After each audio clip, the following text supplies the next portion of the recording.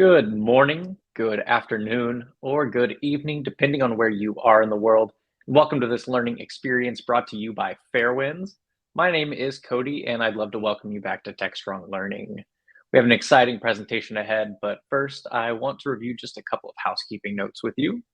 First of all, today we are recording this session, so if you'd like to rewatch or share with a friend, you will be receiving an email with a link to access this recording on demand, and you'll be sent that via email shortly after we conclude this live session today. If you'd like to engage with us, there are a couple of options for you to do so.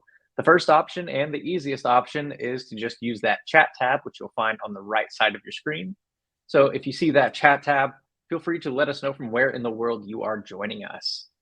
If you have any specific questions for our panel, we want you to send those into that Q&A tab.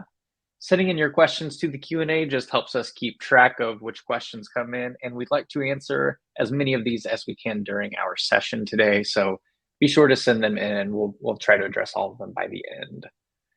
Additionally, we will have 2 polls that will launch throughout today's program, so keep an eye out for those as they pop up.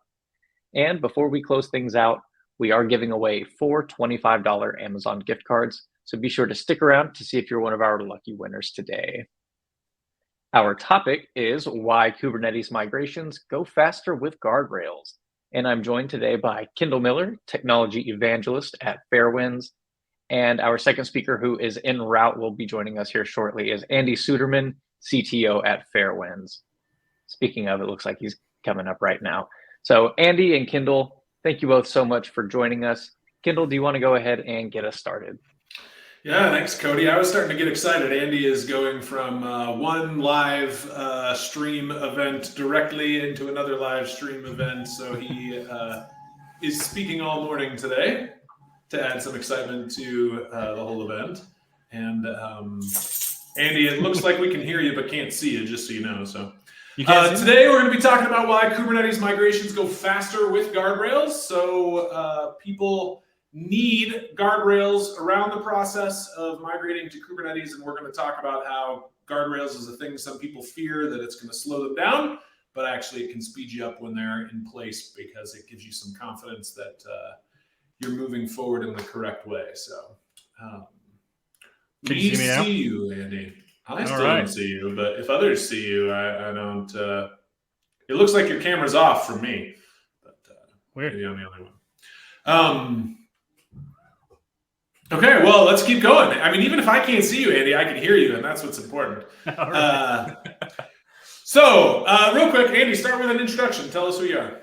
All right. I'm Andy, CTO at Fairwinds. I've been doing Kubernetes and cloud-native things for 7 years now, I think I'm up to. I think my first Kubernetes version was 1.4, so it goes a little bit ways back. And I'm an author and contributor, maintainer of several of our open source projects. I was just on CNCF livestream talking about Goldilocks. Huge fan of all things open source. And that's the quick about me. Thanks. And what was the event you were just speaking at, Andy, just to give everybody context? CNCF Live. They do a weekly live stream. I was talking about automated right sizing. It was a good time. Okay. We got 10 questions in the last 2 minutes, so it ran a little long.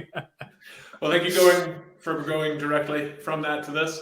Hey everyone, I'm Kendall Miller. I've been involved with Fairwinds for a long time, 8+ years at this point.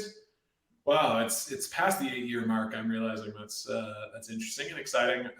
Been involved in just about every role here, and excited to be here talking to you about Kubernetes, about these migrations, all the different things that we've seen. So we'll give you a high level about Fairwinds in just a sec, but let's start with a polling question before we get started. How much of your infrastructure is on Kubernetes today or planned to be migrated in the next 6 months?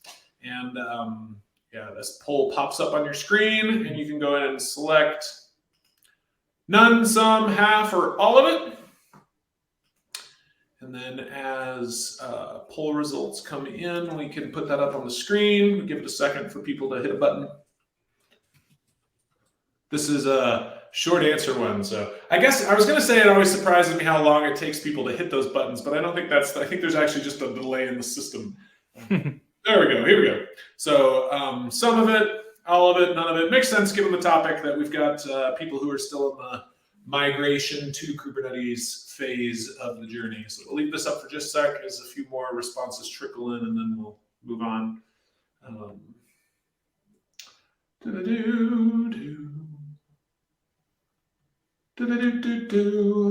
Final countdown instead of Jeopardy this week. Okay, well, that's good. I'm gonna close that and move on. So at a high level, real quick, why we're here talking to you about this. I said I've been with Fairwinds for a long time. Fairwinds has been in the Kubernetes business for many years, basically 8 years, helping companies migrate to Kubernetes, succeed with Kubernetes, standardize on best practices in Kubernetes, automate everything related to Kubernetes. If you use Kubernetes today, Fairwinds has something that's relevant to you. We have open source. We will talk a little bit about some of that probably. We have the SaaS solution. I'll be doing a brief demo at the end of this. And we also do provide services. So when companies are looking to move to Kubernetes, adopt Kubernetes at any one of the 3 major clouds, they have come to Fairwinds over the last 8 years. And we've helped people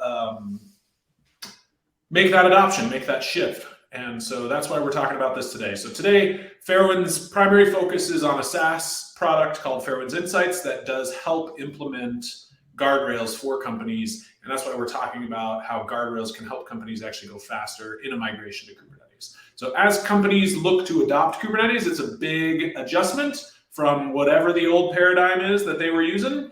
And it takes time, it takes energy, it's a shock.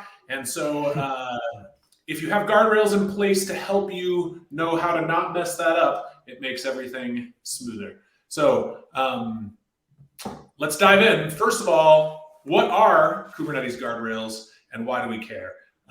Andy, you want to start us off with, what is a strong fence around the platform? Why does it matter? Yeah.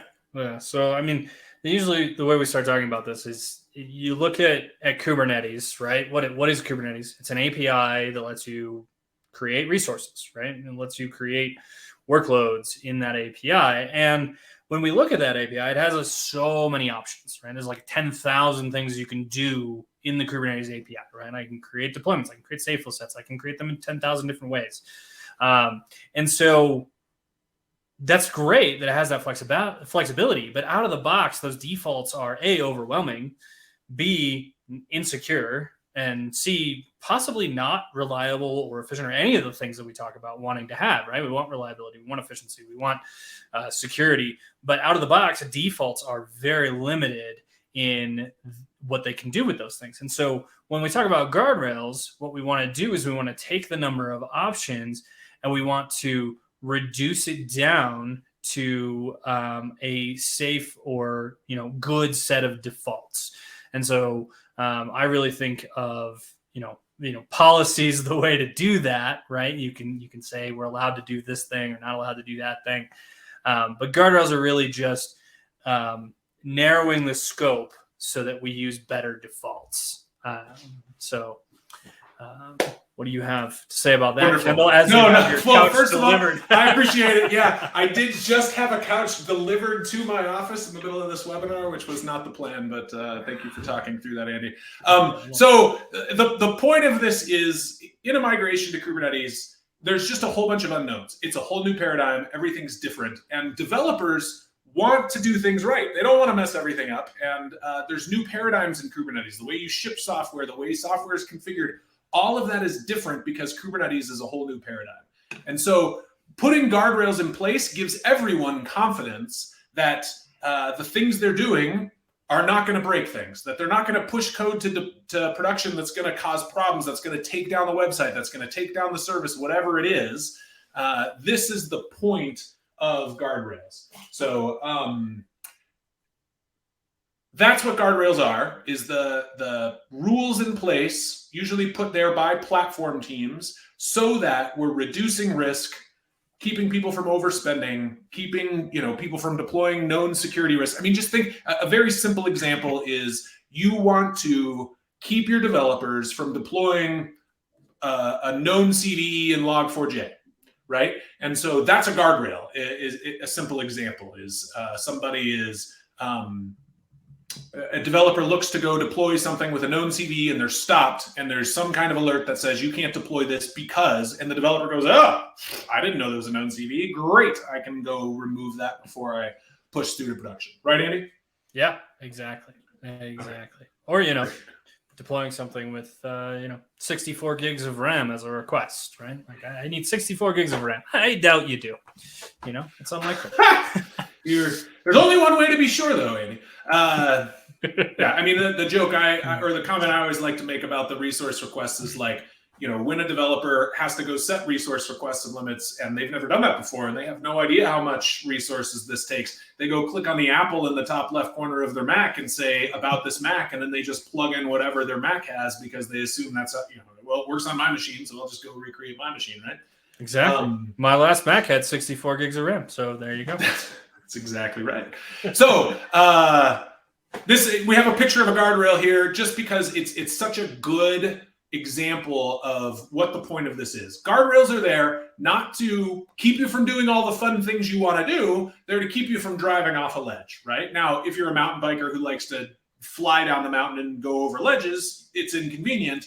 But for the average person who just wants to drive down the road safely, you like the comfort of seeing that guardrail, and better the guardrail get hit and there be problems in that than somebody going right over the ledge. Right? It seems like it slows you down, but it actually speeds you up because you can go a little faster down the road when making a mistake isn't going to cost you everything.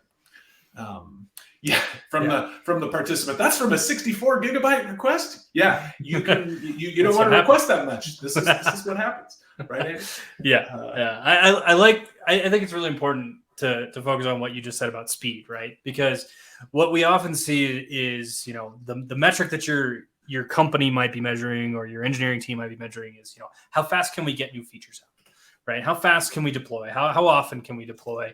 And when we start introducing guardrails, a lot of folks see it as, this is just something in the way of being able to go faster. And so it's against our goals.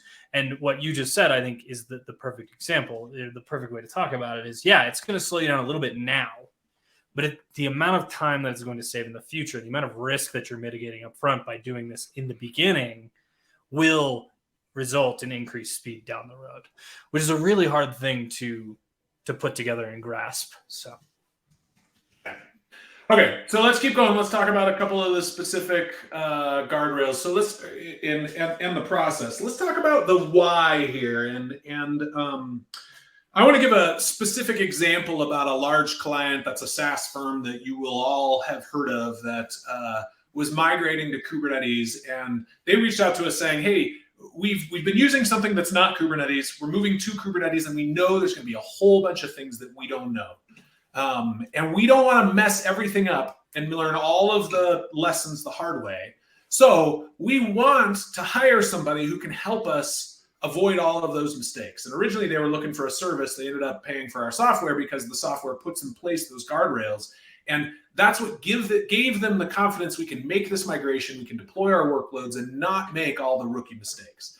And I think that concrete example is really helpful. I know I've talked about it at a high level, but I wish I was talking about the customer by name. But Andy, I mean, anything to add to that? Like, what are the other whys in that migration? Yeah, I mean, you kind of nailed it. I mean, secure by default is another one. It is one that I think is super important. Security is a priority in your business and what you're doing, then being secure by default before you start is really good. And then just doing it right the first time. Like, we all want to just kubectl apply our workloads into a cluster and not worry about all this crap just so that we can get, our application running. And while it's going to take longer and it's harder, like if you do it right now, the time it takes to go fix all these things later is it can be astronomical. It's just so much harder to fix things after the fact than, if you do it up front. I think, we use the building a house analogy all the time, right? Like, if we expand that a little bit, right? If you don't do your foundation right from the beginning, and you have to go fix your foundation after you've built the house, that's a lot more expensive than just pouring a good foundation to start with. So, yeah. So it's a concrete example, Andy. See what I did there? Ooh. Okay, so let's say we moved to Kubernetes. I mean, this is something a lot of companies do. Is they're like, well, we're just going to stand up Kubernetes, we're going to deploy workloads into it, and then we'll worry about governance later. And let's talk about why that's difficult. Like, governance it's not a thing you can tack on later. I mean, you can, but why is it so much harder to tack on later? And what does it look like when you're running Kubernetes without any kind of governance? Talk about the Wild West of Kube. Yeah, I mean, I think the best way to do this is to think through two scenarios, right? Like, let's say we just deployed all the stuff to Kubernetes, and we've had the Wild West, and now we want to let's pick an example. We don't want containers running as root in our cluster anymore, right? We've got 1,000 containers in our cluster. Maybe say we've got 100 workloads in our cluster, and now we're like, well, we don't want these running as root. Well, the process is, all right, let's put in place the policy and just not in an enforcement mode, but in like a warning mode, right? And we go see all the containers that are running as root. Now I've just generated 100 Jira tickets for 100 teams that they need to go fix this. And I need to, bug them to actually fix it. It needs to get on their roadmap. They need to do that. They need to deploy the change. And then once we've gotten that down to 0, maybe we can start enforcing the policy. Take the other scenario where you do this first, right? You say, okay, we're migrating to Kubernetes. Here's the instructions for how to migrate to Kubernetes. And, oh, by the way, you can't deploy a container that runs as root from the very beginning. Well, as a platform engineer now, I know for a fact there's no containers running as root in this cluster because it can't possibly have been deployed in the first place. And it's on the teams doing the migration. It's all part of it. And you're already spending a lot of time migrating the application. Why not add that one little task to the migration checklist rather than going through and trying to mitigate all of this later? It's just a much cleaner, much simpler, and safer way to go about this because you're going to test all of your migration and everything as you go through it. So just having it in place up front, it eases things so much. Yeah. There's and then let's talk about that Wild West. So like when a developer is deploying, when a company is running Kubernetes without any governance, like just there's so many mistakes to be made. And we joked about the 64 gigabyte request. There's containers running as root. We're actually doing a whole webinar relatively soon about all the mistakes that can be made in Kubernetes because it not that it has to be a Wild West. That's a terrible analogy in many ways, but that like with no law, with nothing, no rules. Law is the wrong word. With no rules, there's a lot of mistakes to be made. And it's just like using the cloud. There's a lot of mistakes to be made. It's like giving a 7-year-old a whole bunch of cables and saying, network up this rack of servers. Like, if you don't know what you're doing, everything's going to be wrong. You're laughing, Andy, but correct me. No, I'm laughing because I'm trying to picture a 7-year-old wiring, running Ethernet in a data center. The Ethernet's not going to run itself, Andy. Now I wonder what's going on in your house. I had a couch delivered. That's all that's going on in my house, Andy. And my server rack was wired by my 8-year-old. Thank you very much. Okay, so no governance, bad. Governance during a migration, good. And we're going to keep going on this topic. Guardrails during the migration, the benefits. So let's say the very first workloads being deployed into Kubernetes, but there's all the guardrails that are stood up around. Let's see, the right guardrails are going to help you define how many clusters should I have? How should I organize namespaces? How should I have teams deploy things into those namespaces? How much do my developers have access to? In the migration, am I just saying, hey, everybody, I stood up a Kubernetes, here's access, and here's how to do a kubectl apply, kube control apply, whatever your kubectl apply, whatever your way is of pronouncing that word.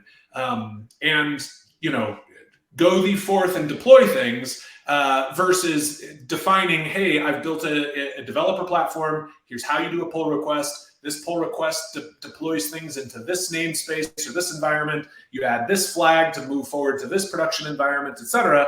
Like there's so many little bits there that even migrating over that first workload with the guardrails helps you test in production, helps you test along the way to production. What am I missing there, Andy? Oh, what else are you missing? I think it forces you to develop the happy path, right, for your developers. And so just even simple things like how you write your deployment YAMLs, right? How you specify what's going into the cluster and what that looks like. By introducing governance before and during the migration, you set that standard. You give those examples to developers. It makes it so that they have to learn less too, right? They don't have to learn necessarily.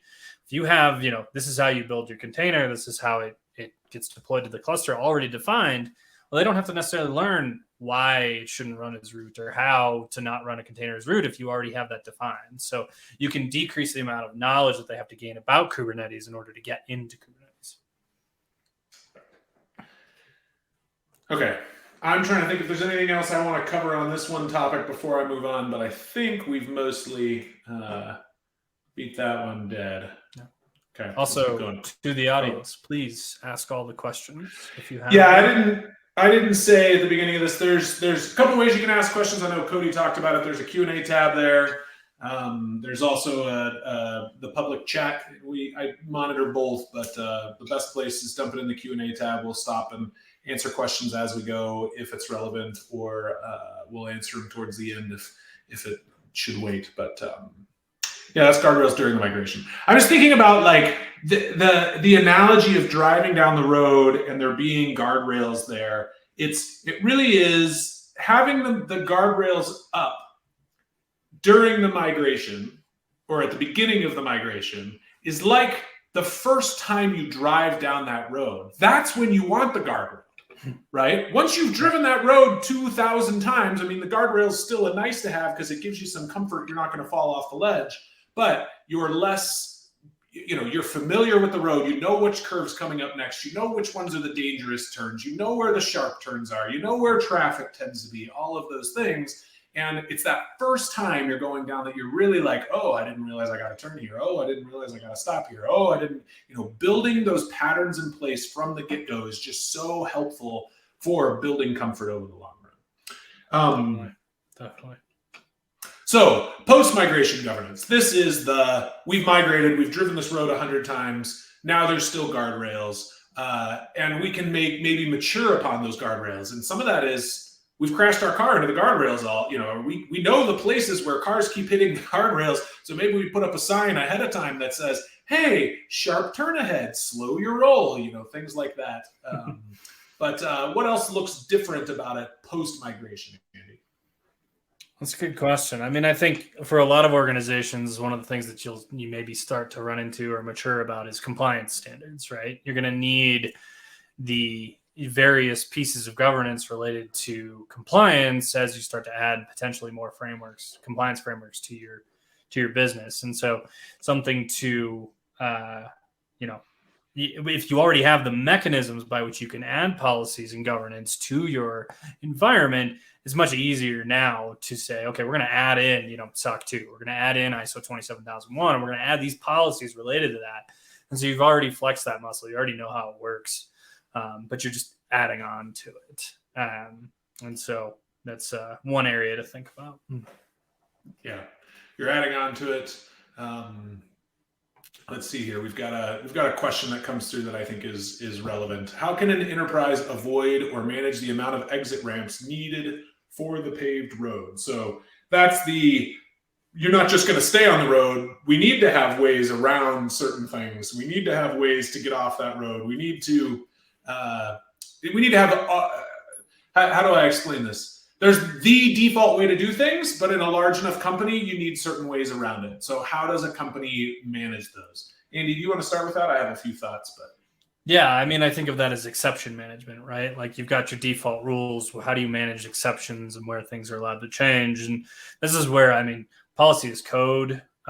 if you're enforcing via policy, then managing that policy as code is super valuable, because if you're managing your exceptions as code, then the requesting an exception or adding an exception, you give that tool to the developers that need that exception to say, hey, here's my pull request into the exceptions list or the policy to say I need to be able to do this here, and just do that via a pull request, which we're all very familiar with. And so policy as code is kind of like the best way to do that, in my opinion. And using a policy framework, or how you're managing your policy, becomes super important at that point at an enterprise level. You should have some sort of centralized thing that's managing your policy. Go ahead.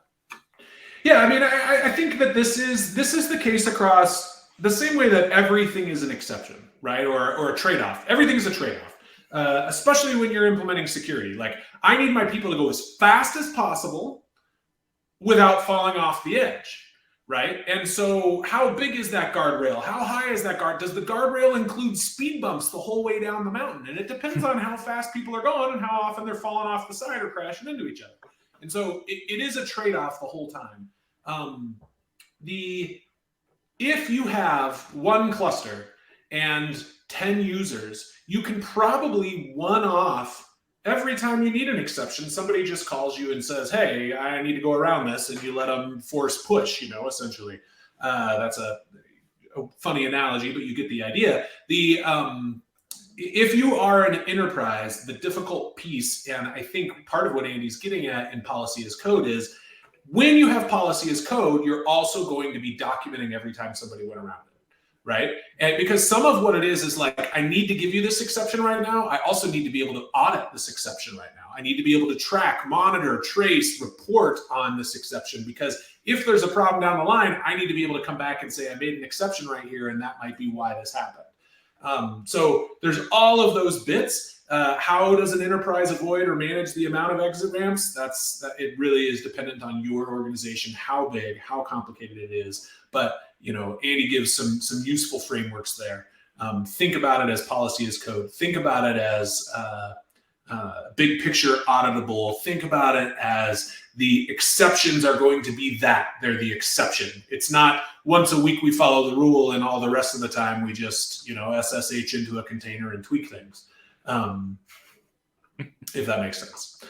So, but it's a big hairy question. It's a lot easier to manage the exit ramps on a paved road when you're a small little company. And there's a reason that companies build entire internal developer platform teams, and it's their job to think about how much access do I give the developers? How do I solve a problem when I need to go around it? And part of the reason that Fairwinds exists and the software that we have exists is because we think we found a happy medium so that the ops team or the internal developer platform team isn't just a glorified help desk that everyone goes to and says, hey, I ran into this problem. Why did I run into this problem? Hey, I wasn't able to get around this guardrail. Why couldn't I get around this guardrail? Hey, this deployment got blocked and I don't know why. Like notifying you of a CVE, all those things all along the way are part of the hard questions. And that's part of why we've built the software that we've built, is because we think there are some default ways that those can be addressed.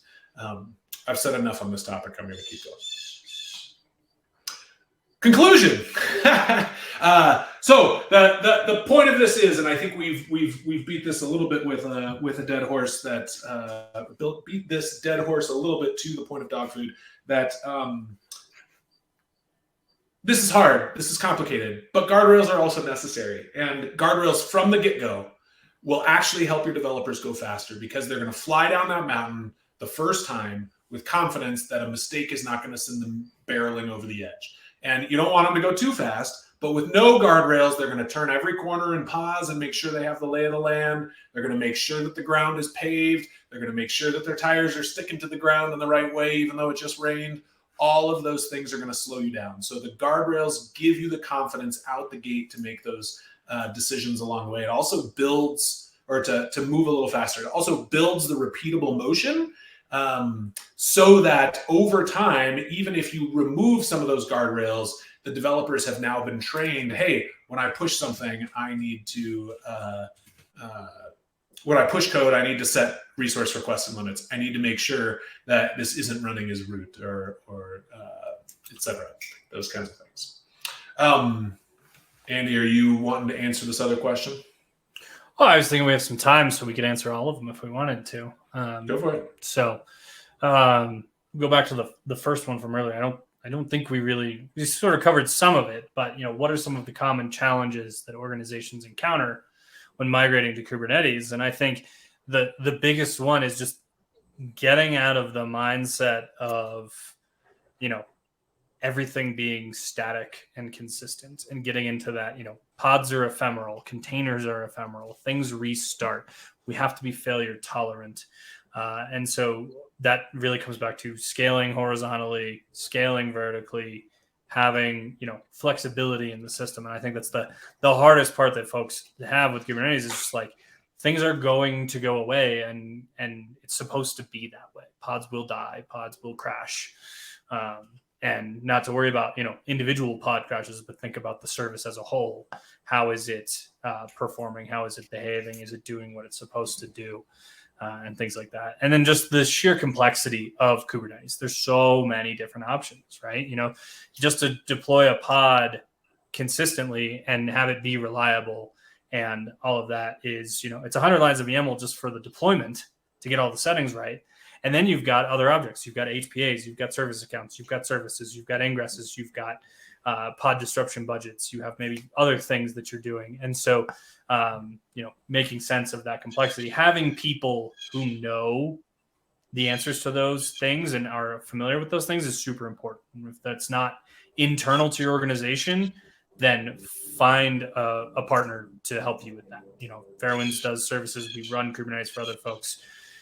For that reason, because they don't want to keep that expertise in-house, and somebody has to have it because it is so complex. Yeah. Those are probably the two biggest ones. And then we just had another question come through about what it looks like for guardrails to be shifted to the left. And we're going to do a demo in just a second of our software, and I think that will paint a good picture about it. But at a high level, the point of shifting things left is what Kubernetes has enabled is a default process for cloud deployments. It was doable before Kubernetes. You could use Ansible, you could use Salt, you could use a whole bunch of bash scripts to do this, but Kubernetes built a default for things so that any kind of workload can be deployed into it in a uniform way. And what that has allowed is for us to have true service ownership. So back in the day, we had true service ownership because the same developer that wrote the one single application that you had also carried it on a CD to the server room and installed it and made sure it worked. But we got away from that as time grew, and there became a divide between dev and ops. And the truth around DevOps is, the reality of DevOps for most organizations is a platform team that has built the bridges to cross that chasm, that gap, and enable the developer to own their workload all the way through to production. So that's service ownership, right? I wrote the code, I deployed the code, I have the ability to monitor the service as it's running all the way through to production. And so what shifting left the governance means is that developer doesn't have to hand the code to an ops team and say, can you deploy this and make sure there's no problems in it? And then the ops team has to sit down and run it, remove CVEs, change the dependencies, change the base image that it's running on, those kinds of things, and then deploy it. Instead, the shift left enables the developer to go to deploy, be told, hey, change this. So it's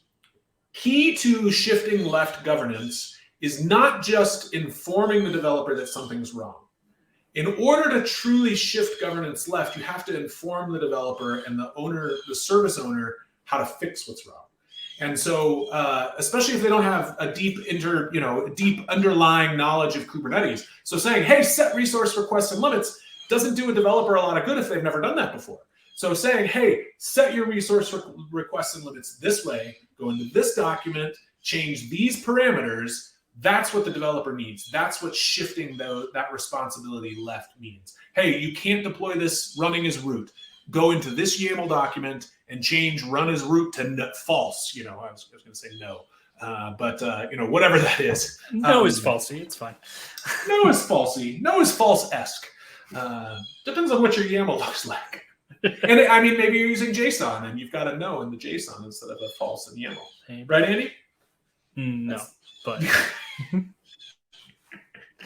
I really like that. Really like that distinction. Okay, let's go to a next polling question. So what's the greatest opportunity to improve your Kubernetes environment? Do you need help with the basics? Do you need a general best practice assessment? Do you want to improve the security posture of your clusters, save money, or improve the reliability of apps running in Kubernetes? And we'll give this a second to come in. I always need help with the basics because the basics change. The basics are always changing. Even if you spend your entire life in Kubernetes, you mean you're not going to know all of it all the time? Oh no, definitely not. It's too much. We'll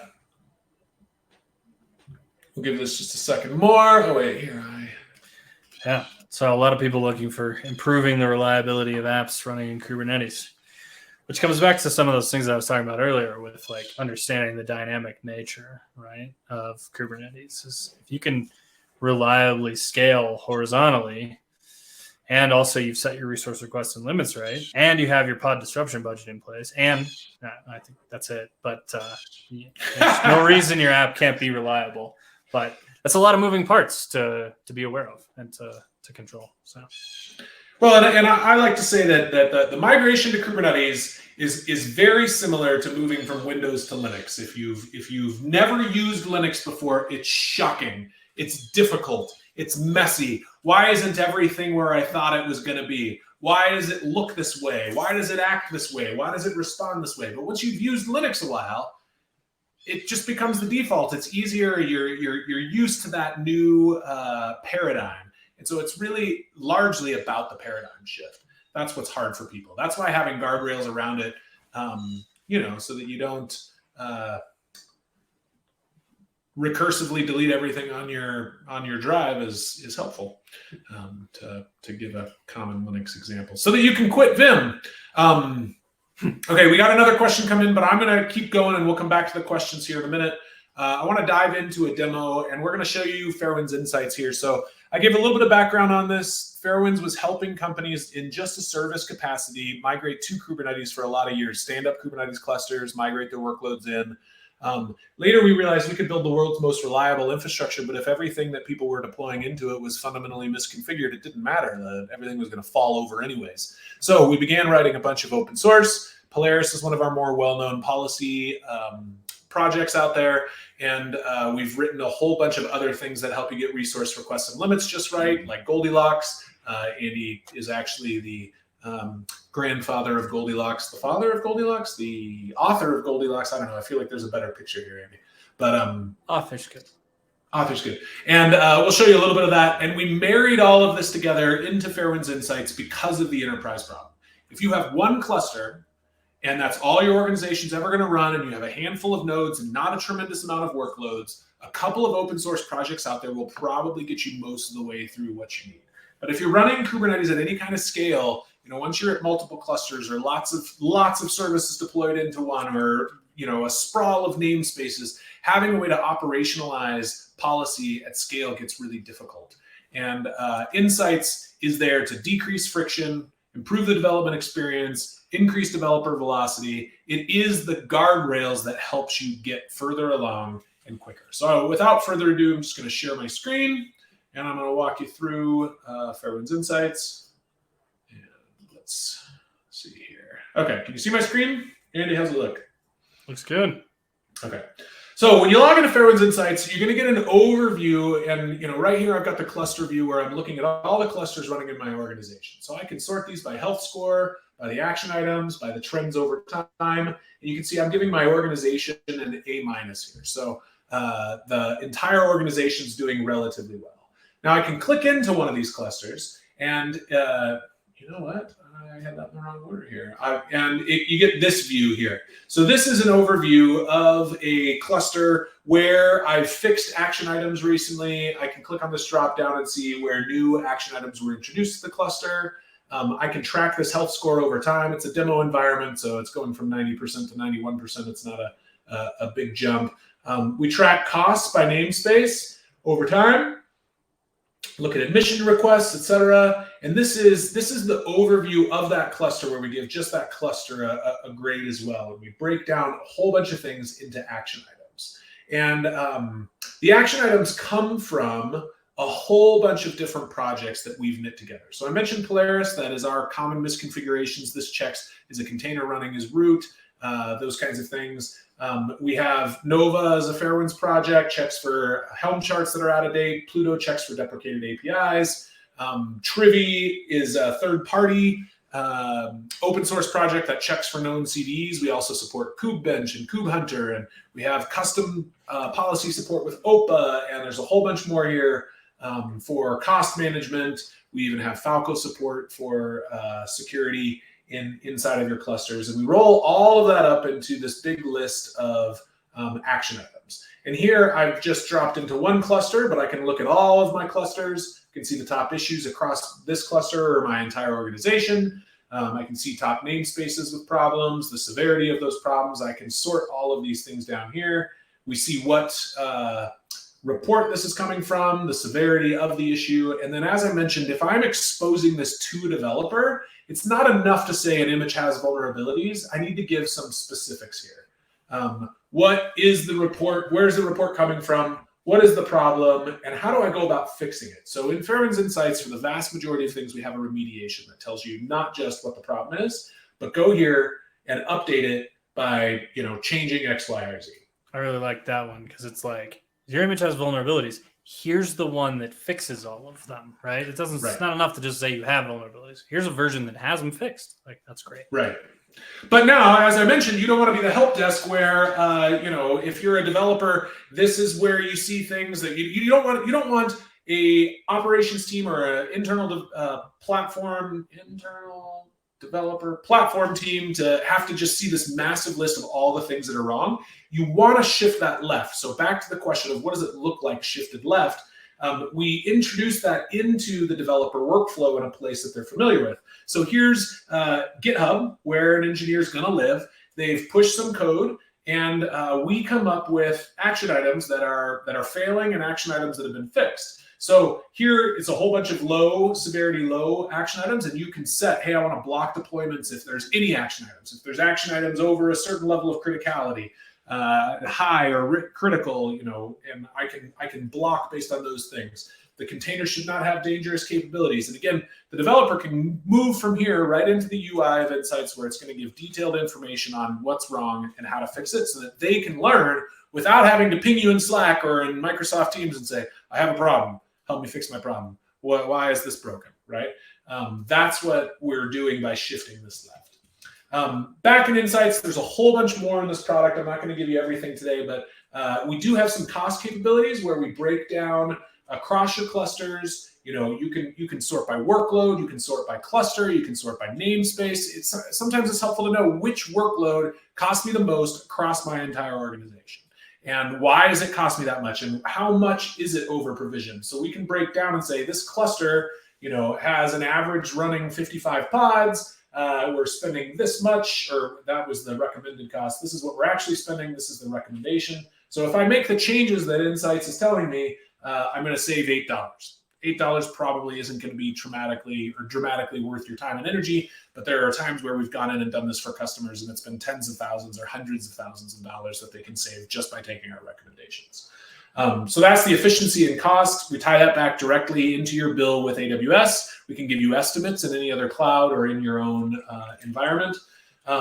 We do have a dashboard for vulnerabilities. We can scan repositories before things are deployed. So Insights can check for issues in your code before you've deployed it, at the admission controller or in CI/CD, and at runtime in the cluster. Because sometimes you deploy something and then find out later there's a known CVE running or there's a problem with that workload.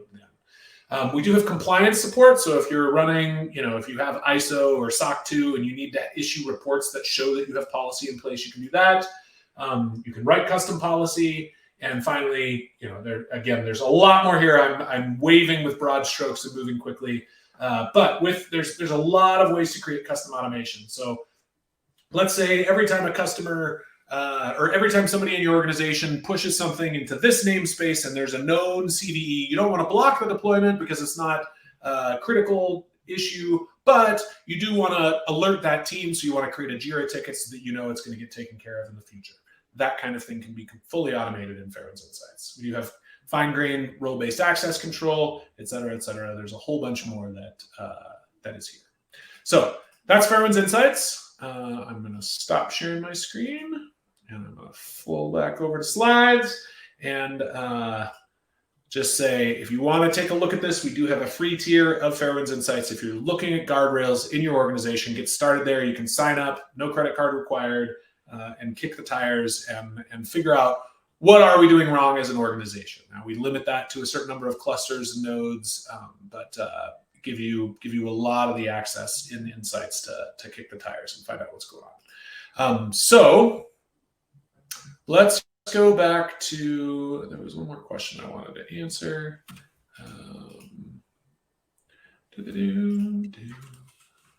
Here, what is the first step to take during a migration to Kubernetes? So Andy, where would you begin? I mean, that's highly dependent on where you're starting. Containerize. Yeah, I mean, yeah, you've got to be containerized. You have to pick a cloud provider. You have to decide if you're using their managed service. Highly recommend that. Build a Kubernetes cluster, add things onto the Kubernetes cluster. So I don't know. There's a lot. I would say learn is probably the first thing you should do before undertaking a Kubernetes migration, is learn as much as you can about Kubernetes, or talk to an expert. Or talk to an expert. Yeah, maybe the first step to take during a migration is talk to somebody who's done it before so you don't make all the mistakes, or sign up for a product that's going to help you avoid all the mistakes along the way. There's a whole lot to learn, and you can learn it all the hard way, like my teenage sons choose to do in everything in life, or you can ask your dad. Wow, that was a terrible analogy. Ask somebody who's been there and done that before, and listen so you don't have to learn everything the hard way. Yep. Yeah, we do architecture planning services for folks that want to do a migration but don't know, how to get there. We can build that plan for you. So. Yeah. So I think that's it. Does anybody have any other questions? We've got a few more minutes if somebody wants to ask anything else. I'm probably not going to answer what it takes to ace a cloud engineer interview. I'm sorry, that's probably a different webinar. But go sign up for Fairwinds Insights. I don't need to give the hard sell on that.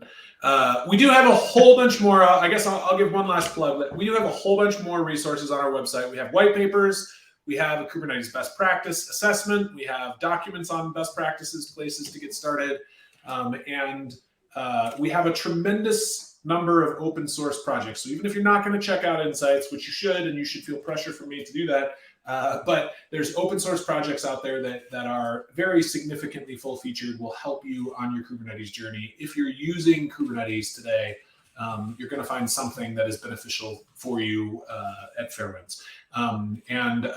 Dave's posting links to our resource library and our open source software in the chat, so you can check that out. And there's a question about Azure. So the short answer is that Fairwinds Insights will work in any cloud. Any Kubernetes cluster. Any Kubernetes cluster, not just any cloud. Any Kubernetes cluster. Yeah, the only feature that we have that is missing in Azure is the direct billing integration that gives you cent for cent accurate cost data. But other than that, everything else is purely Kubernetes native. So. Yeah. Okay. And with that, I'll say thank you everyone for attending, and Cody, turn it back over to you to wrap us up. Awesome. Kendall, Andy, thank you both so much for joining us. Andy, I missed catching up with you before the program, but glad you joined us right in time. So thank you both once again for being here. I'd like to remind our audience that we were recording this session. So if you'd like to rewatch or bring your team into the fold of our conversation, you will be receiving an email with a link to access the recording on demand, or you can also find it living on the Cloud Native Now website. That's cloudnativenow.com/webinars, and you'll find it living in the on-demand section. The 4 winners of our $25 Amazon gift card drawing, they are Andrea A., Nathan S., Lynn A., and Romantis T. So congratulations to our 4 winners. I'll be reaching out to you here shortly to get that gift card over to you. If you don't happen to see that email from me, check your spam folder just in case it happens to be filtered out. I'd like to thank Fairwinds for sponsoring our program today. And to everyone who's still here listening to my voice, thank you so much for being here. If you stick around for a few more seconds, you will get funneled into our post-webinar survey, and we would love to hear your feedback, whether it's about today's program or upcoming topics. Just let us know what your thoughts are, and we would love to put those into our planning. So thank you once again, everyone, for being here. Kendall, Andy, thank you. Everyone, you may now disconnect. Thank you.